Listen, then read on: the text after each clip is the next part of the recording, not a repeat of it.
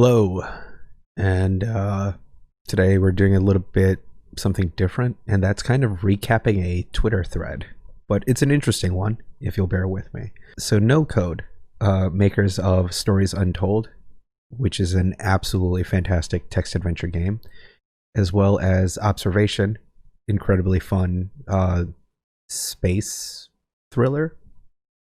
They are doing a Twitter, in essence, like choose your own adventure series, and it's been really fun so far. And I'm kind of recording this for posterity, as well as just some thoughts I have on it while it's coming out. Let's kick it off with the first video that they came out with that starts the chain.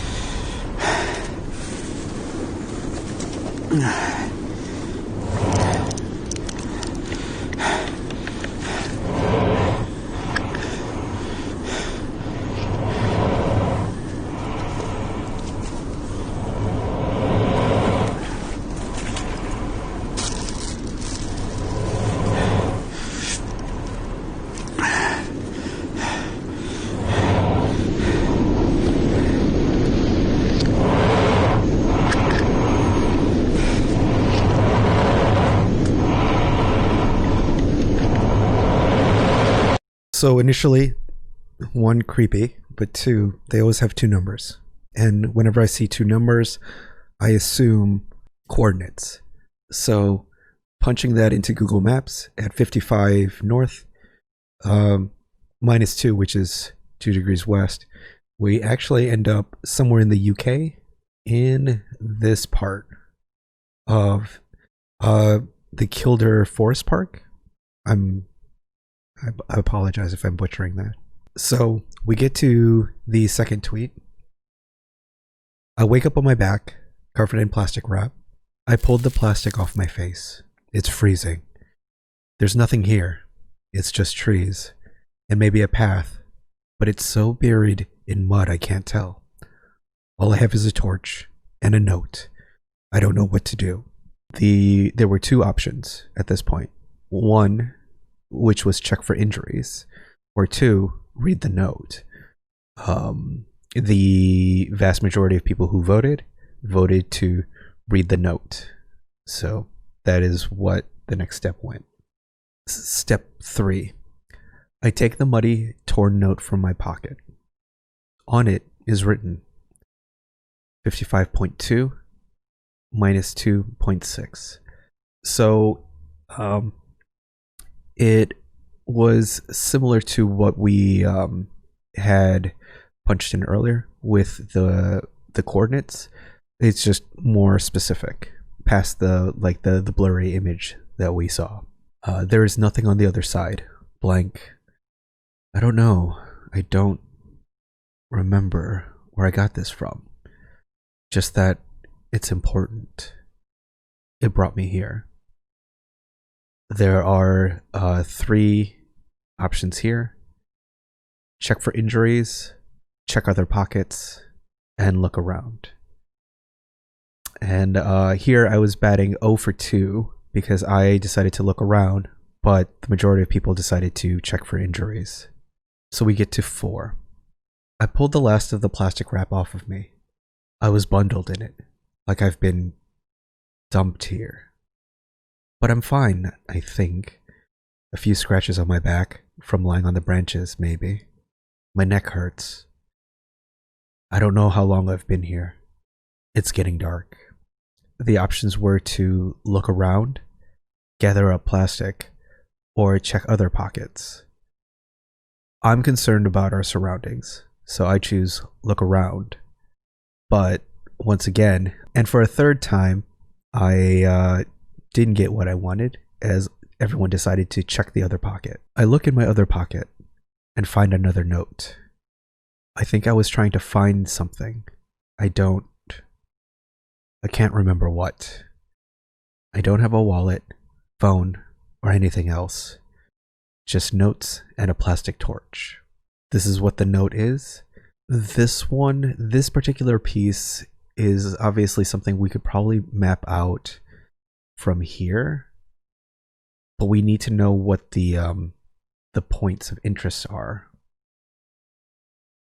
And hopefully we can kind of like narrow it down from there. For 6, I stand up. I'm covered in mud, and it's getting darker and colder by the minute.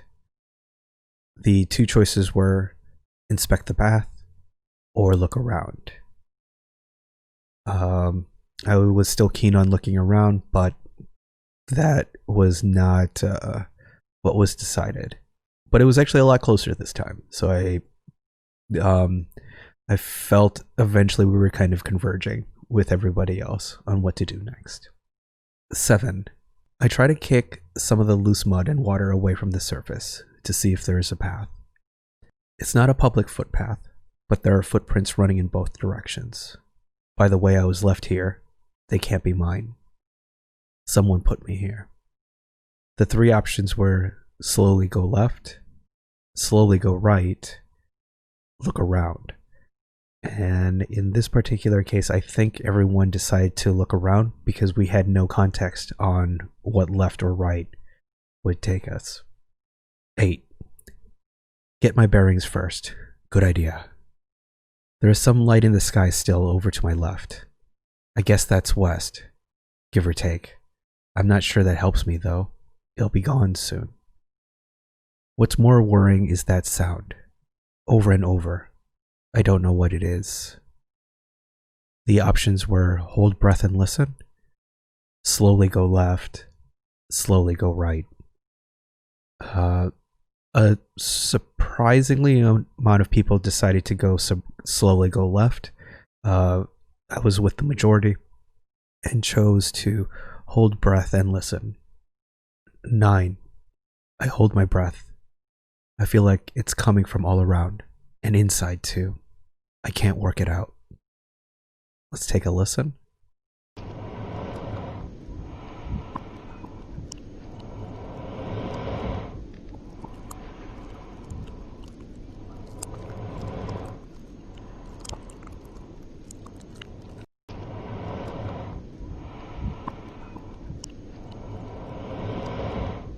And yeah, I think that's actually what we heard at the beginning as well, but hard to say.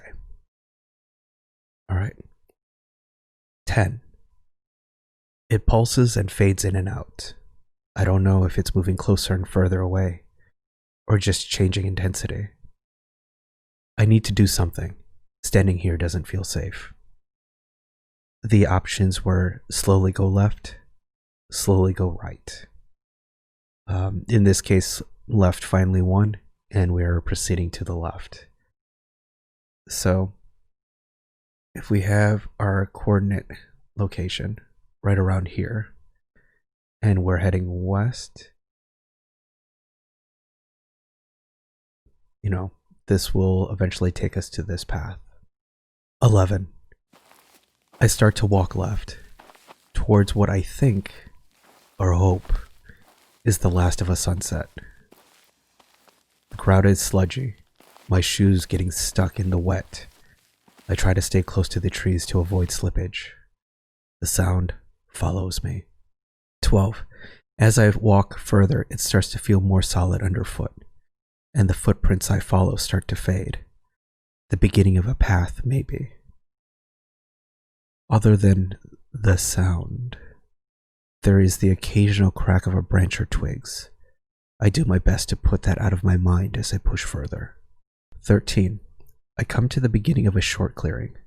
The path is cut across by a faint dirt road, just wide enough for a small car before it turns back into dense forest. A moment out of the deep woods feels like air in my lungs for the first time. It's getting dark. The 3 options are to continue forward, inspect the road, or switch on the torch. I think most people were like me and it's getting dark, so we decided to turn on our flashlight and switch on the torch. 14. I turned the torch on. There is a small homemade sign that reads Little Burn on the route forward. On the opposite side of the road, what looks like more plastic wrap. There is an Ackenshaw burn path, so I'm assuming we had actually traversed up to this point. The options here were keep going forward, inspect the plastic, go left, which is south, go right, which is north, because of where it fed in the path. I chose to investigate the plastic. It's probably dangerous, probably dumb, but that's what we went with. 15. I approach slowly, checking over my shoulders as I get closer. The plastic trails into the trees. It's exactly the same as the plastic I was wrapped in. Some footprints move forward into the forest. There is someone else here, someone like me. The options were to keep going forward or back away quietly. Everyone was pretty gung-ho, and they voted to keep going forward. I wanted to back up quietly. 16. I follow the footpath, keeping my torch fixed on the footprints so I don't lose them. Something in the mud catches my eye, maybe another piece of paper. I hesitate, but the sound is getting louder too. I want to look, but I don't want to turn around. The options are to inspect the path, to keep going, or to turn around. I wanted to keep going, but everyone decided to inspect the path. 17. I shake as I bend down to inspect the path, fearing something, anything, might appear out of the shadows. It's another note, and when we click the note, there is an observatory and the triangle. This is north. So, there's apparently an observatory kind of in the area. 18. It looks like the same diagram as the one in my pocket, only this has more information. It's covered in... I don't know what it is. The two options are to keep going forward or to turn around. At this point I decided, you know what, if we're gonna go, we're gonna go. I chose, and other people decided to also keep going forward. 19. I walk, keeping my gaze straight ahead. The footprints end, and the forest quickly gives way to an unkept field. The noise stops almost immediately as I set foot into it. There is a small pond with more plastic wrap next to it, but also in the distance. I'm not sure if this is the pond, or if there's another structure nearby, or if it's just within the forest itself that isn't visible from the maps. 20. What looks like a structure on the ground. A lattice. I don't know if I should inspect the pond first or take my chance in the open air. The two choices were to inspect the pond or inspect the structure, because we didn't really have information for either. 21. Unsure of what to do next, I walk slowly towards the structure, whilst keeping my torch fixed on the pond. There appears to be something in the water, wrapped in plastic. There were two options, was to continue to the structure or inspect the water. I decided I wanted to inspect the water, and we were able to kind of win with that. 22. Stepping into the water, the splashing sound punctuates the otherwise silent air. You pull the object towards you with some plastic wrap. It's wrapped tight. It's nearly 2 meters long. You hesitate. At this point, we had to, right? So we decided to unwrap the object rather than backing away quietly. 23. I confront the plastic, pulling it away, slowly unraveling. I soon make out the clear shape of an adult head and torso, and fall back into the water in shock.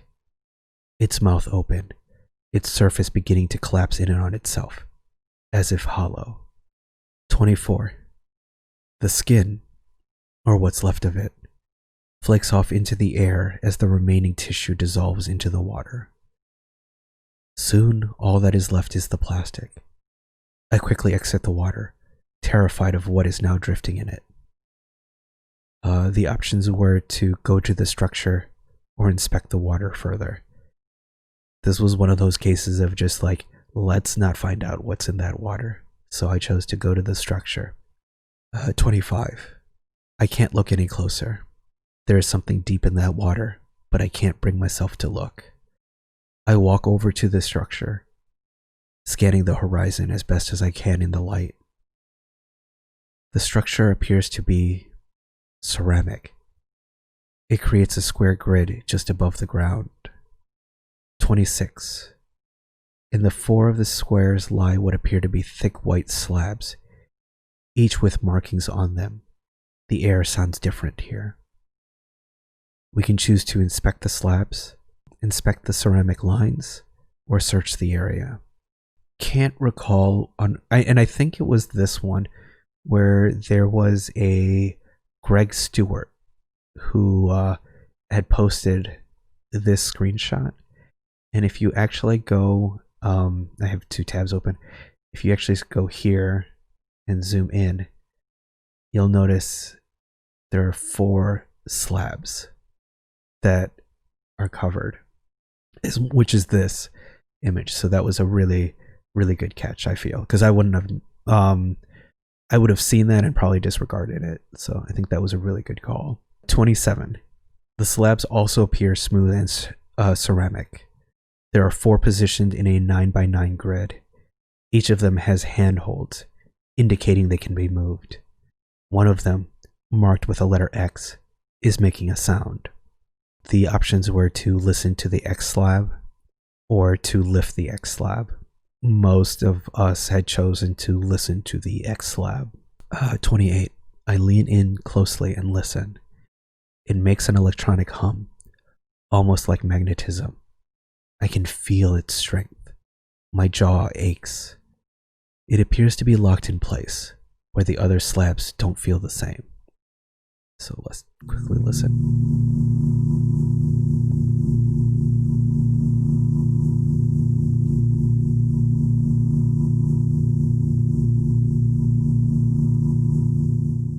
"29. Each of the other 3 slabs appear to be movable, marked E, I, and A. They don't appear to be in the right place. Whatever right means. I need to fix this. Time feels like it's slowing down. Where do I put them?" Answer and replies continues 7 p.m. GMT. And here is where we definitely got confirmation that this is what we were looking at. The next set starts today, and I will do a recap video then. Thanks for watching. Hope you enjoyed, and take care.